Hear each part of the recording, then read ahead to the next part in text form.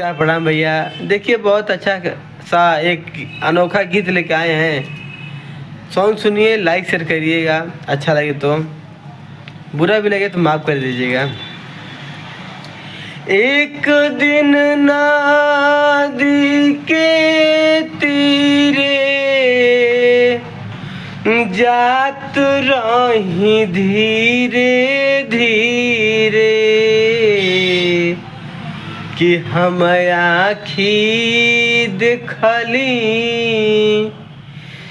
सुंदर शरीरिया अगिया लागत ये राम कि हम आँखी देखली सुंदर शरीरिया अगिया लागेला ये राम।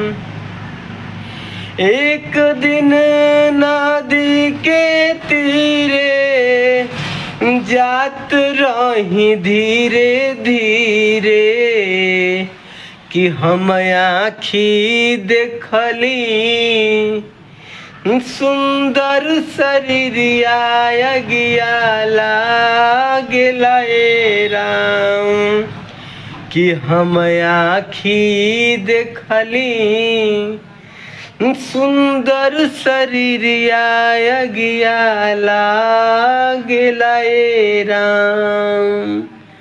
अगर अच्छा लगे तो लाइक कमेंट शेयर जरूर करिएगा और एक काम और सब्सक्राइब भी कर दीजिएगा।